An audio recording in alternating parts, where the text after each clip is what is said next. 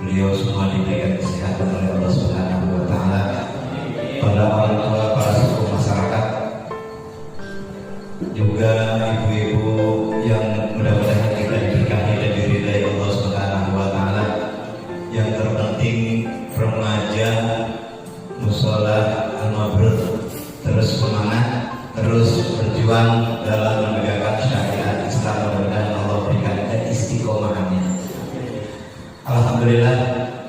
Ya kalau dilihat pada kata pakai ini ya, saya bukan ya. Iya. Enggak, saya dari sana mau pakai, takutnya di sini pada ngeri lagi. Wah, ada orang asing, ada orang asing. Kali ada orang asing itu pada ngeri kalau pakai masker kan domain dari saya. Ya. Namanya ikhtiar ya. Alhamdulillah. Pada malam hari ini Allah masih kasih kita nikmat yang begitu besar, nikmat yang begitu banyak, nikmat iman, nikmat Islam, nikmat sehat walafiat. Sehingga pada malam hari ini kita dapat melaksanakan kewajiban makhluk terhadap Khaliknya, yaitu beribadah kepadanya. Mudah-mudahan ibadah kita selalu diridhoi Allah Subhanahu wa taala. Amin amin ya rabbal alamin.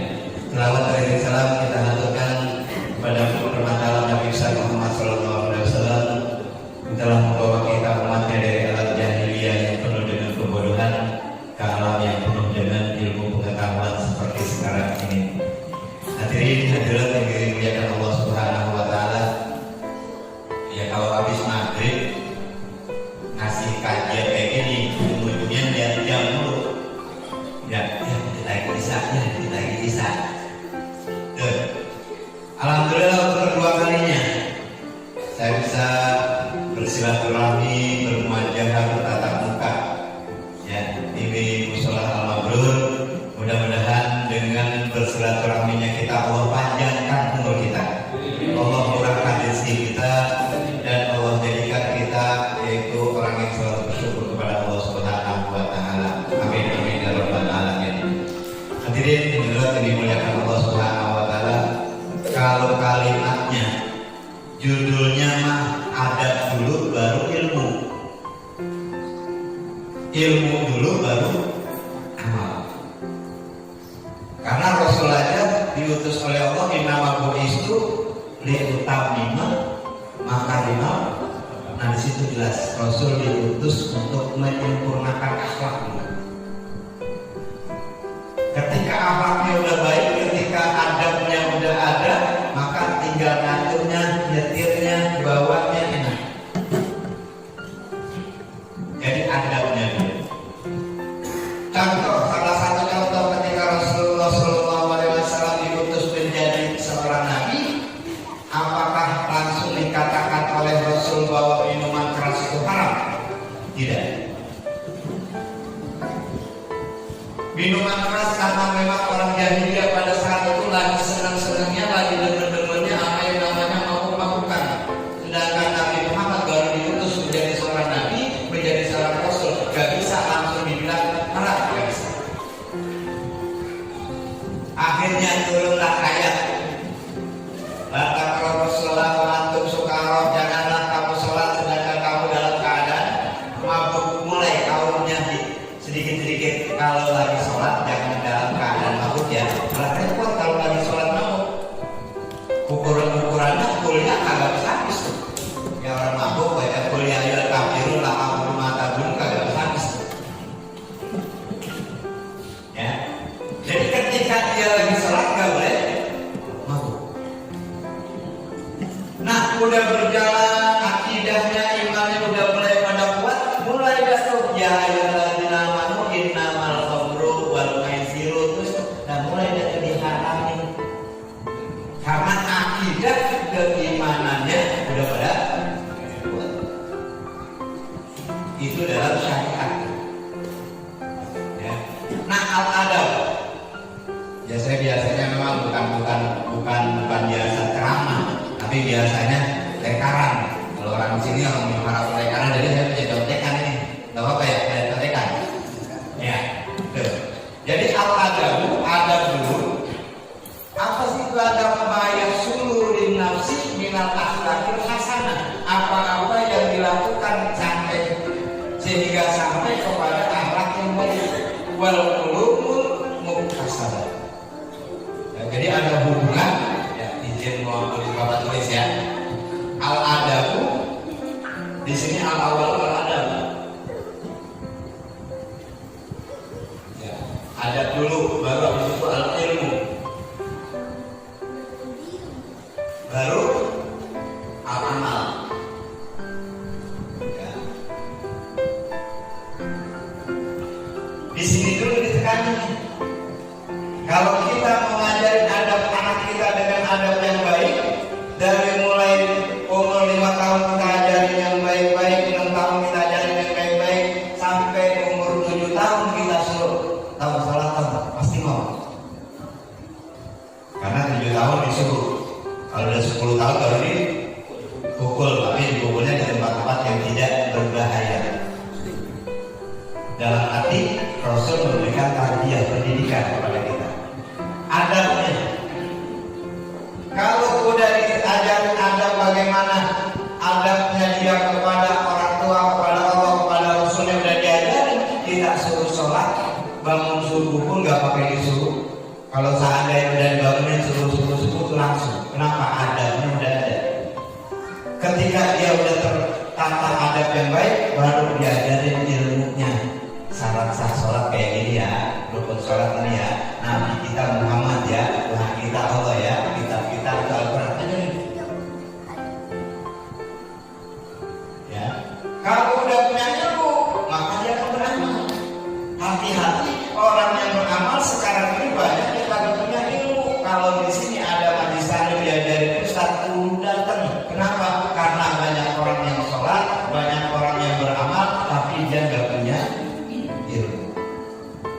Ya, misalkan Ustaz ngajarin bagaimana sholat yang baik, rukun sholat tahu, yang membatalkan sholat tahu, syarat sah sholat tahu. Dia sholat itu tuh yang betul. Jangan berpikiran itu dari dulu gitu-gituan aja, jangan. Ya, siapa tahu kita ada yang kelupaan. Maka di sini ketika baru kita punya ilmu, baru beramal. Kalau udah punya ilmu terus dia beramal, itu enggak mahmudatun latu enggak. Justru makbulah tuh. Orang yang beramal dengan ilmunya, maka itu yang diterima. Sedangkan orang yang beramal dia ibadah tapi nggak punya ilmu, namanya mardud. Tuh, maka dikatakan adab dulu baru ilmu, ilmu dulu baru amal. Ya, hadirin rahimakumullah, kenapa kita harus adab dulu? Karena dari adab ma'rifatul ilmi, ketahuinya kita akan ilmu itu berawal dari adab. Ya, kesempurnaan adab yang kita miliki itu akan mempermudah kita untuk mendapatkan ilmu. Nah, nanti jalur ilmu itu walaupun dikatakan al ilmu nurun, ilmu itu cahaya. Ya, kalau seandainya anak kita belajarnya susah, hafalnya susah banget, itu kita kasih tahu ilmu itu cahaya. Cahaya itu nggak bakalan diberikan kepada orang yang berbuat maksiat. Maka kalau seandainya saya punya murid di sekolahan belajar kayaknya susah banget, saya bilang, misalkan besok mau ujian nasional, saya bilang cuma itu, kamu masih punya dosa sama orang tua, ntar pulang minta maaf, ya, mohon ridho sama orang tua. Kenapa? Wa nuru wali la yudhilasi. Cahaya Allah itu tidak akan diberikan kepada orang yang suka berbuat maksiat. Itu jalur ilmu. Nanti jalur ilmu ini dikatakan al ilmu nurun. Ya. Al ilmu di sini adalah nur. Nah, dapatnya nur ini, nurnya ilmu itu bisa dua. Nur yang kita terima, ilmu yang kita dapat yang namanya dari zuriyah. Ya, kita belajar sama para habaib, jalurnya zuriyah, keturunan Nabi. Ilmu ngalirnya dari Rasul ke zuriyah, ke keturunan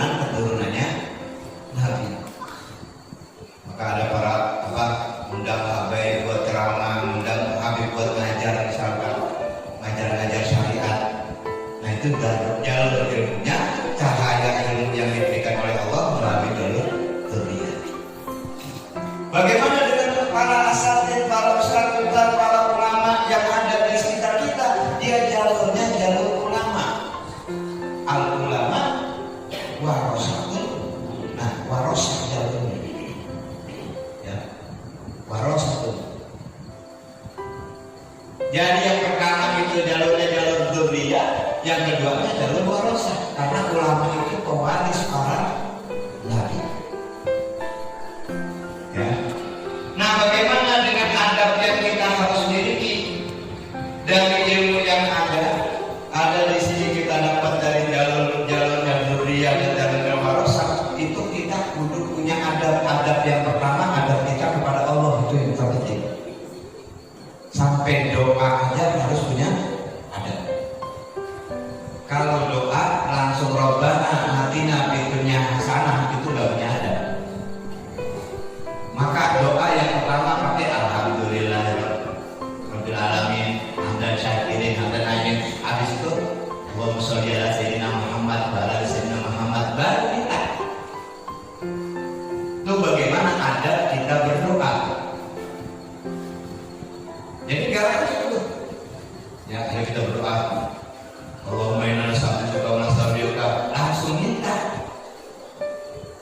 Yang bagus diawali dengan alhamdulillah, alhamdulillah kayak apapun, yang penting kita udah memuji Allah. Baru di bawahnya bersolawat kepada Nabi. Habis itu baru tuh apa yang kita minta. Ini enggak doa romannya sebentar angkat tangan, tahu angkat tangan. Doa tahlil sampai begini. Yang doa panjang banget dari mulai dia semangat begini turun. Doa banyak turun aja begini. Ya. Doa gak perlu panjang. Yang terpenting itu doa kita baca itu kita paham maksudnya, bukan artinya.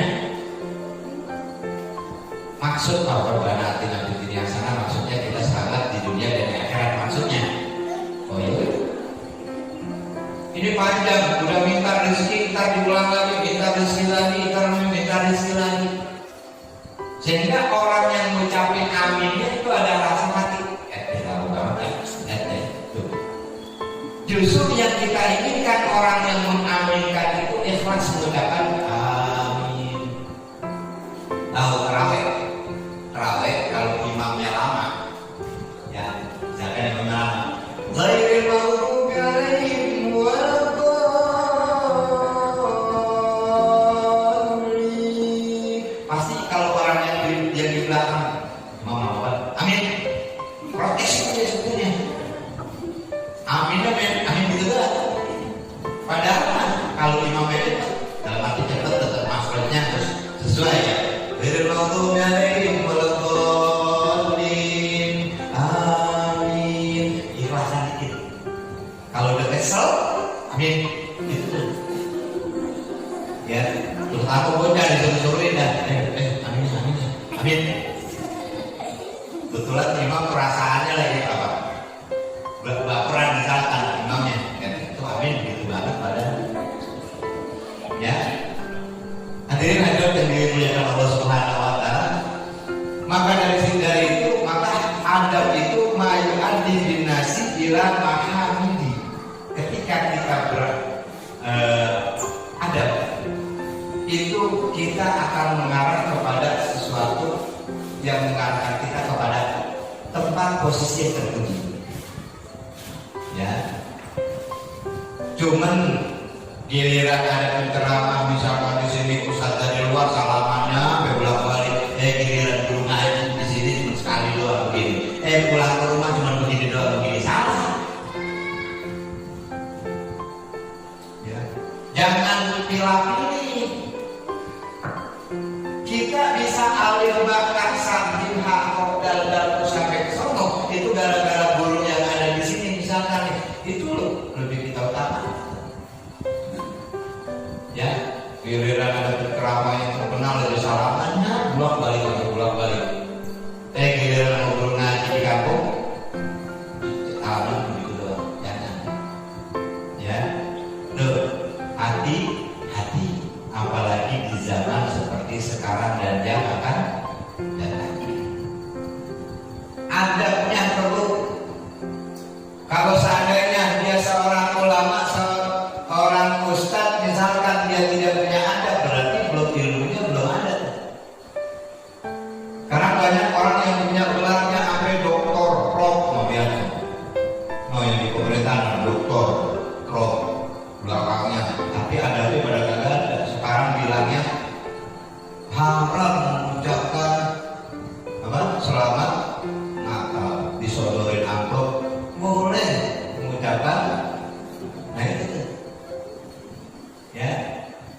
Yang salah siapa? Coba yang salah siapa? Ada ustaz main togel, dapat. Kalau dapat biasanya juga apa? Alhamdulillah ya. Alhamdulillah dapat. Tuh sombongnya itu. Sombongnya itu. Tahu main togel, dapat bilangnya alhamdulillah. Salah dia main togel berarti. Berarti yang salah siapa? Jangan disalahin ustaz. Yang namanya al-ustadzu, al-ulamaku itu semuanya benar. Cuman salahnya kita. Kenapa orang main togel dipanggil ustaz? Itu salahnya kita. Berarti salah ya siapa? Salah yang manggil. Dalam kaidah Islam yang namanya al-ustadzu, al-ulamaku itu lurus semuanya. Dalam konteks syariat Islam itu yang namanya al-ustadzu, al-ulamaku itu nggak ada yang miring-miring. Ketika dia lagi miring, jangan dikatakan ulama. Bahkan di akhir zaman ini nanti akan banyak yang namanya ulama su. Kata Rasul, saya nggak takut, bagi umatku itu nggak takut keluarga aja, nggak takut. Yang ditakutkan yaitu ulama-ulama yang melencengkan syariat. Ya, jadi seperti itu tuh. Kalau dulu mah yang namanya al-ustadzu itu syaratnya banyak. Ilmu-ilmunya dari ilmu nahunya, ilmu fikihnya, ilmu mantiknya, ilmu balaghahnya, ilmu tafsirnya, baca Al-Qur'annya, tajwidnya, ya semuanya menguasai. Itu baru namanya al-ustadzu. Ya makin lama bukan makin banyak, tahu nggak?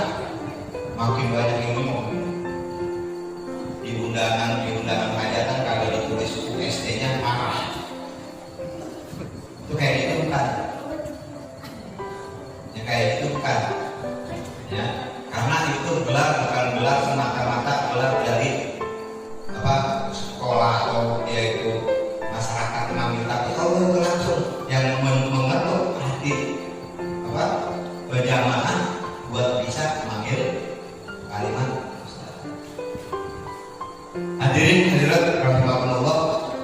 Jadi al-fadlu bil aqli, keutamaan bagi orang yang berakal dan beradab itu la bil asli wala bil nasab. Orang dikatakan mulia, dikatakan utama itu dengan akalnya dan dengan adabnya.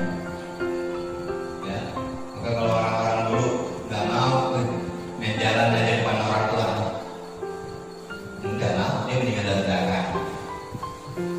Tuh, di Jawa ketemu gini ya, misi kalau tiga saya di Pulau Gadungnya misi ya silakan, kalau sono monggo mangga. Itu sebenarnya asalnya dari Islam, diterapkan dalam kehidupan masyarakat. Cuman karena masyarakatnya belum diajarin yang itu loh adab yang benar. Ya, jadi orang-orang tua kita, kakek-kakek kita, nenek moyang kita yang dulu-dulu itu sebenarnya sudah menjalankan yang namanya syariat Islam. Cuman belum ditekankan kepada yang di bawahnya bahwa ini adalah ajaran Islam. Hadirin hadirat yang dimuliakan Allah Subhanahu wa taala, jadi kemuliaan itu karena adab kita, bukan karena asal kita, bukan karena keturunan kita. Ya. Maka dikatakan di kulli syai'in zinatun. Segala sesuatu itu ada perhiasannya. Wa zinatul mar'i, dan perhiasan seseorang itu tamamul adab. Jadi orang yang mempunyai adab yang baik, sopan santun yang baik, itu orang yang dikatakan tamamul adab, sempurnaan adab. Itu hiasan pada diri kita yang akan membawa kita kepada pemahaman akan ilmu. Dengan ilmu itu kita akan tahu syariat. Ya. Maka dari sini labil asli wa nasabin di anna man sa'a adabu so'ana sabu. Kalau seandainya dia itu baik adabnya, udah pasti baik nasabnya. Ya kalau ini ada banyak bapak-bapak punya anak perempuan, nyari mantu, ya saya nyarinya ditanya kerjaannya apa kantor. Ya, dia nggak teliti adabnya. Padahal dari adab itulah berawal. Kalau orang dulu, maaf ya, orang-orang dulu yang kongkong kita, kakek-kakek kita, nenek-nenek kita pengen banget punya mantu yang namanya guru ngaji, punya mantu yang namanya ustaz walaupun dia miskin. Kenapa? Tadi kembali kepada adabnya. Kalau zaman sekarang juga ya ditanya, emang kerjanya apaan? Guru ngaji, ya anak guru ngaji, ya coba dikasih makan besek nanti misalnya. Ya kagak ada tahlil berarti kagak urusannya. Aduh, pikir dah tuh, tanya dah, mau di mana nih urusannya? Apa emang? Guru ngaji. Kan kita udah gini cuma dibawain apa? Besek. Ntar giliran dia bawain ke pasar, mari itu hadiah itu ya. Dia tadi ke rumah mertuanya kasir, orang tuanya mertuanya udah lupa kan? Dia beli kasir, jamaah ini kayaknya bukan dia beli sendiri. Tuh udah sekarang tuh. Maka dikatakan kalau jadi nanti bilang mata bulu namin bagi itu benar. Ya, hai anakku, jangan mata bulu namin bagi apa yang kamu makan setelah aku gak ada. Tuh orang sekarang. Mata bulu namin bagi apa yang kamu makan kalau bapak udah gak ada. Nah, yang benar mata bulu namin bagi apa yang kamu sembahnya kalau bapak udah gak ada.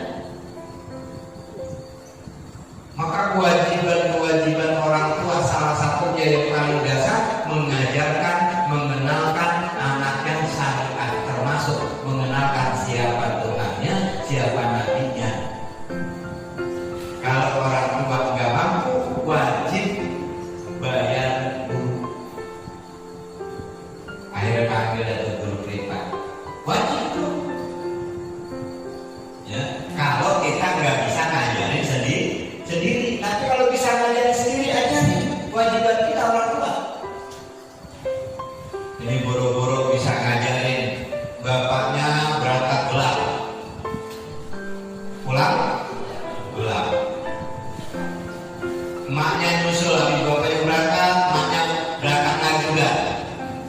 Akhirnya nangkongnya dari kesian. Engkau udah ngerawatin anak, ngerawatin cucu.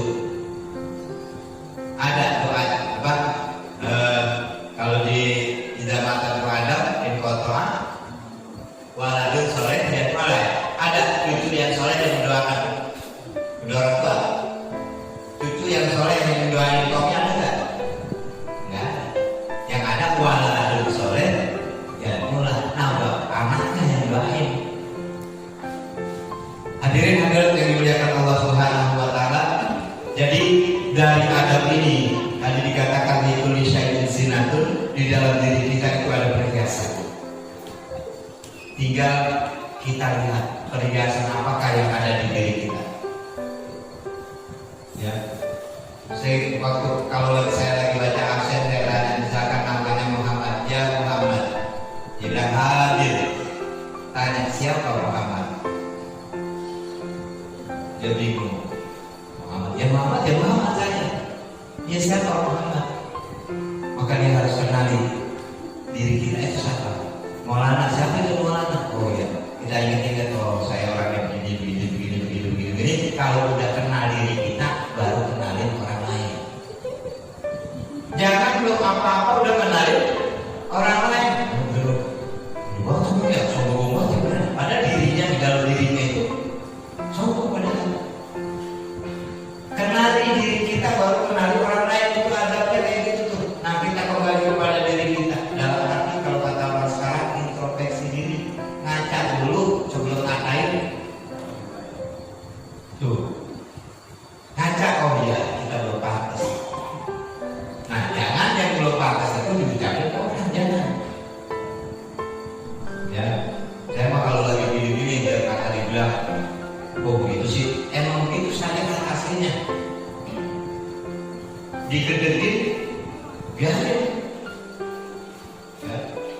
dikeselin sama orang gara-gara syariat yang kita tegak aja.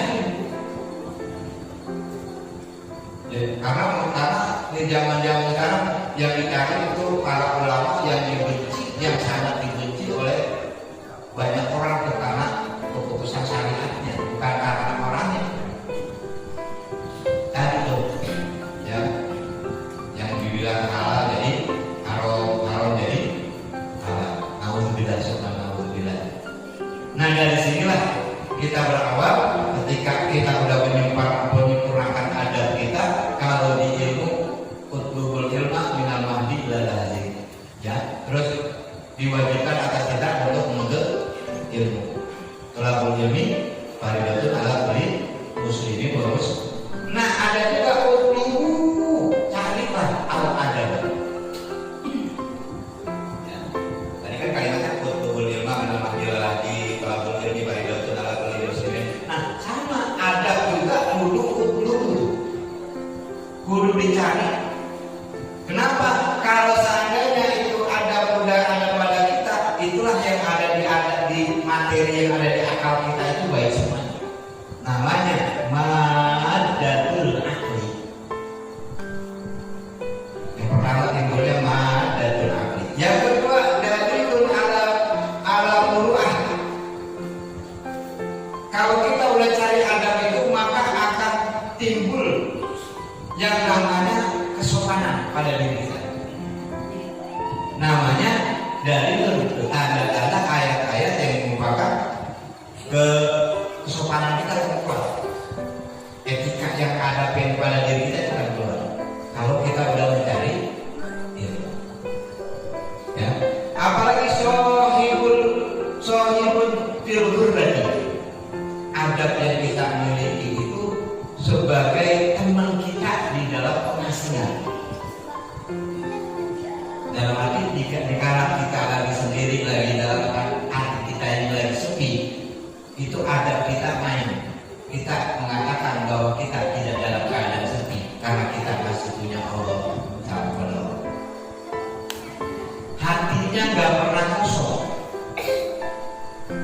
karena dia punya adab yang ada dalam dirinya, adab kepada Allahnya, punya kepada Rasulnya, punya kepada orang tua, punya kepada orang yang lebih tua, punya kepada guru-gurunya, dia artinya akan terpenuhi terus. Dan juga akan menimbulkan wa mu'nisun fil wahsyati. Adab yang ada pada diri kita itu akan menimbulkan hiburan daripada kesunyian hati kita, ya, dan dia juga akan menjadi penghubung fil majlis. Nah dari sini maka dikatakan dengan adab itu kita bisa yufhamul ilma, yufhamul ilmu. Dengan adab itu kita bisa lebih memahami ilmu. Nah ilmu itulah yang akan mengisi hati kita. Jadi gini, tadi dikatakan katanya adab bisa begini, ya. Nah kok apa adabnya? Tidak. Jadi dari adab itulah kita bisa memahami ilmu. Ya, maka kalimatnya, ya, bil adabi yufhamul ilmu. Kan yafhamu, yuk, ya, dumma awalu wa butiha maqobla akhirih. Nah ibu fa'il akhirnya dia jadinya al-ilmu. Kalau yang alu yang kamu berarti al-ilma. Kalau dalam segi gramatikal bahasa Arabnya, ilmu nahwu sorofnya, jadi pakainya nasibul fa'il. Kalau dengan adab itu maka akan dipahami ilmu. Dalam arti ilmu akan lebih mudah paham. Nah maksudnya tadi bisa kok adab bisa madatul akli, bisa dalilun alal muru'ah, bisa ngisi kekosongan kita, kepada bisa. Nah tadi ilmunya ketika kita udah beradab, kita dapat ilmu. Nah dari ilmunya itulah kita bisa mengisi semuanya. Hadirin hadirat rahimakumullah, dua hal ini tadi dikatakan al-adabu itu ada al-ilmu, dua-duanya namanya kanzan, ya, wasiroja. Ini dua ini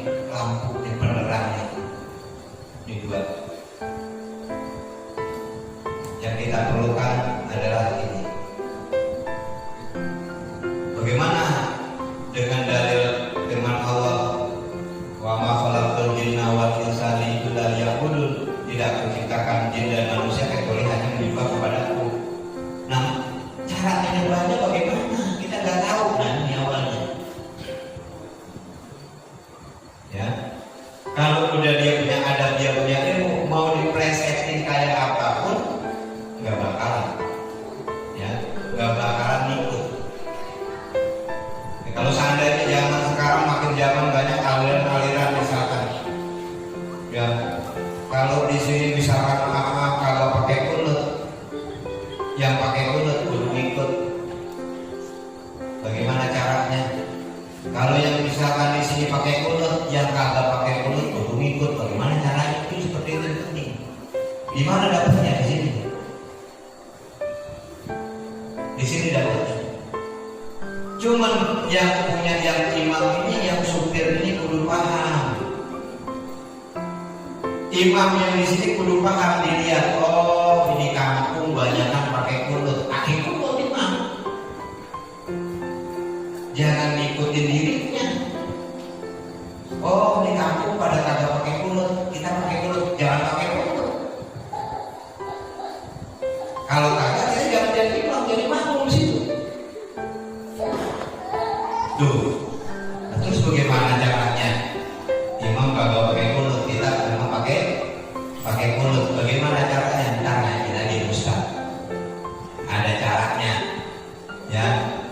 Jadi nggak ada perbedaan, nggak ada perdebatan, perselisihan, damai jadi musola al-mabrur. Habis sholat baca dzikir, emang udah tradisi sini. Habis sholat baca dzikir, ikutin ya kalau pakai dzikir. Ya, mau pelan silakan, mau sir juga silakan, mau jahar juga silakan. Jangan dijadikan permasalahan akhirnya timbullah perbedaan kan.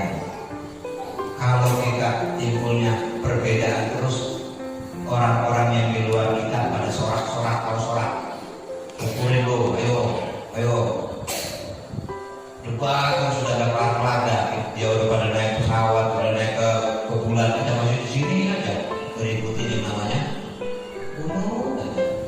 padahal semuanya benar. Maka dikatakan berbedanya ulama dalam syariat itu adalah rahmat. Ya. Apa katanya itu? Perbedaan.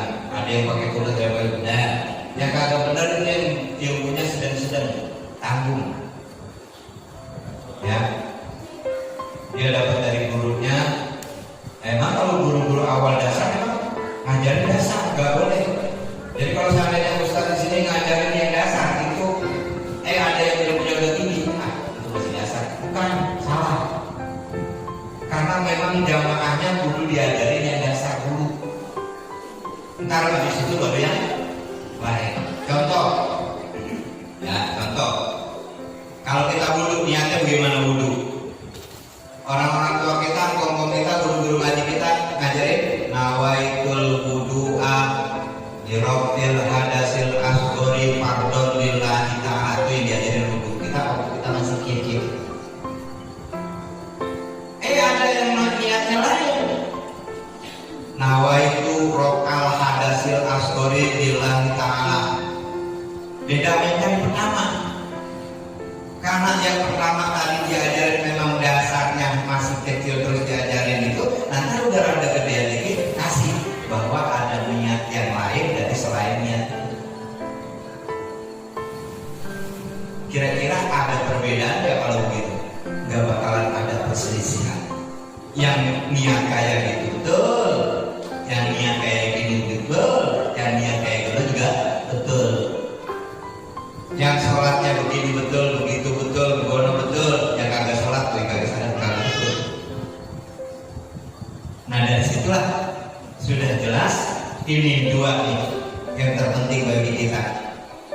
Bagaimana kalau udah tua begini, adab kita bagaimana? Ikutin dah yang diajarin orang-orang tua kita di atasnya lagi.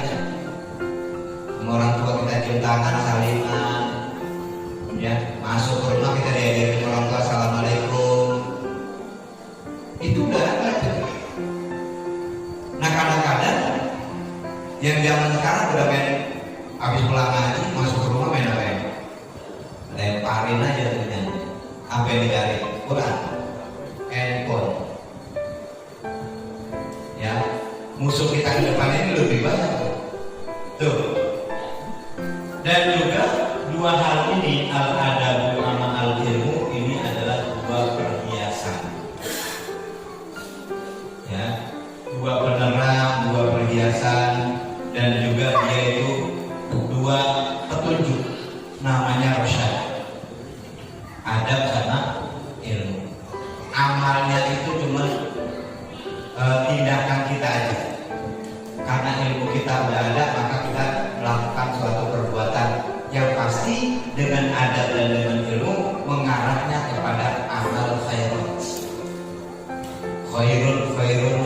Khairun tambah banyak namanya. Hadirin rahimahullah. Nah, dari adab yang kita ada dalam diri kita itu, terus akhirnya kita belajar ilmu, akhirnya dapat ilmu. Sekarang banyak orang pintar tapi nggak paham. Banyak orang pintar tapi nggak paham. Maka kalau Ustaz di sini jelasin pelajaran fikih. Apa fikih? Al-fiqhu itu al-fahmu.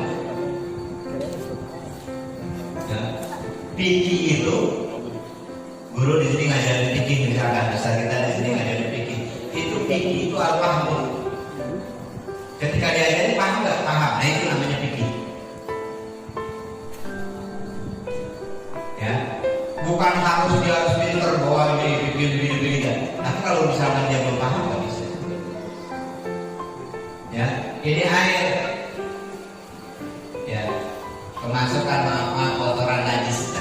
Saya lihat. Kira-kira ini air bakalan saya pakai wudhu. Nih air. Tadi kemasukan najis sedikit. Kira-kira ini air bakalan saya pakai wudhu kan? Enggak.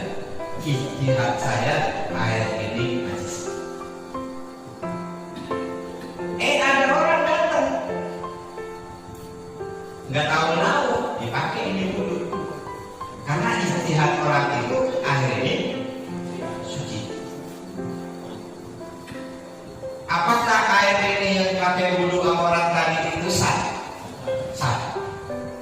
Justru air ini kalau saya yang pakai buat wudhu justru tidak sah. Karena ijtihad saya air ini bernajis, ijtihad orang itu air ini suci. Itu namanya fikih. Ya. Ketika kita sudah pahami hal-hal yang seperti itu, maka sudah tidak ada lagi perdebatan mobil khusus yang ada di sekitar sini. Wah, golongan orang yang cingkrang tau ya? Nah justru itu sunah rasul. Wah, yang pakai celana segini bagus tuh ngikutin sunah rasul, ngapain ini salahin? Itu tuh yang ada ngikutin segini bagus itu sunah rasulnya ada tuh. Nggak apa-apa diikutin. Cuma kalau seandainya dia ada di sini, dia harus ikutin sini gitu. Jangan ngajakin ke arahnya. Salah. Ya. Yang salah itu seperti itu. Dan kalau salah jangan disalahin. Oh, bapak nih, wah salah itu. Mending nyalainnya di depannya. Belakang, nggak boleh. Sama nih, saya lagi ngomong kayak gini. Ya, salah. Jangan pernah disalahkan saya. Yang saya perlukan adalah pembetulan. Kalau saya salah, perlu benerin. Jangan disalahin. Kalau saya salah, itu disalahin. Saya salah terus semuanya. Tapi kalau seandainya saya salah, dibetulin dan semuanya.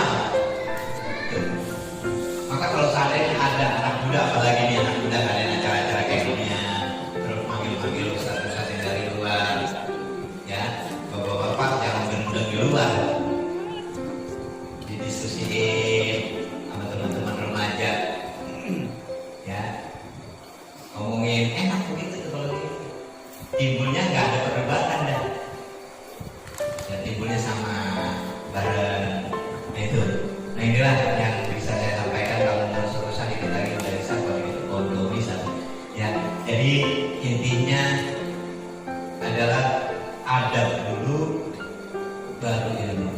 Setelah kita punya ilmu, udah pasti punya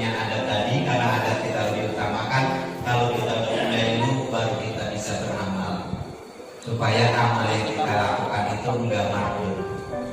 Mardud itu haji mabrur atau mardud ya.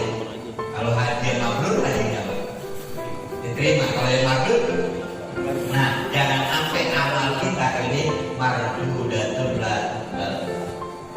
Nauzubillah subhanahu wa ta'ala. Ya mungkin itu yang dapat saya sampaikan.